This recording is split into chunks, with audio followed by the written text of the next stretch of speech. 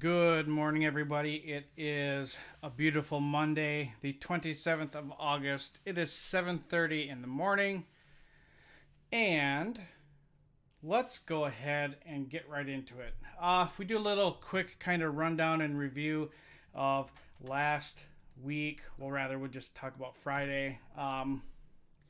We did have some trades going on.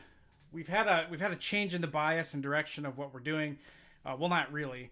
Actually, we've had the same bias going on for a couple months, and well, a month or so, 6 weeks. But we're seeing a real change in a lot of these markets. We saw kind of the blow-off move extensions.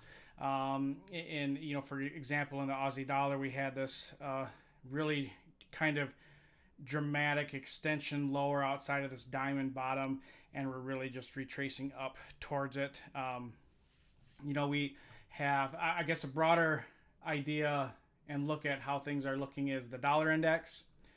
And this has just been kind of a sneaky thing for the last week, where we had, if we look at on the 22nd, which was a Wednesday, we had this inverse head and shoulder pattern on the hourly, and it was very clear that people tried to trade it as far as going short in the euro, long in the dollar yen, and short on the Aussie dollar, New Zealand, anything really in the basket that would have affected this move.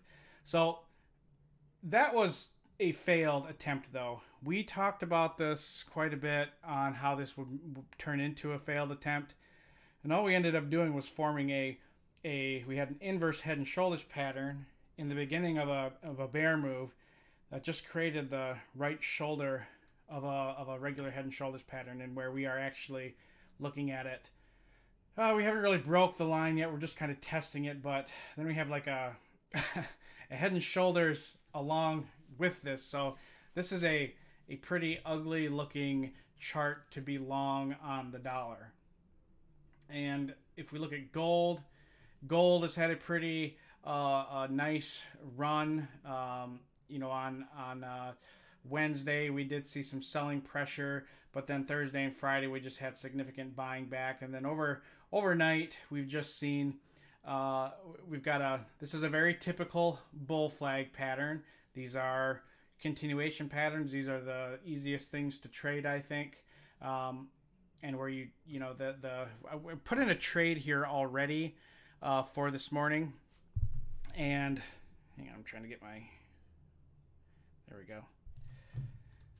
Put out 5 trades before we even went live on the Aussie dollar, euro, dollar yen, the pound, and gold.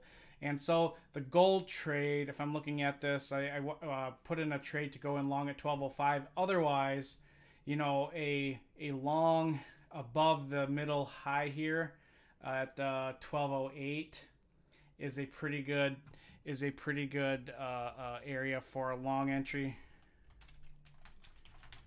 I'm going to get that typed in here.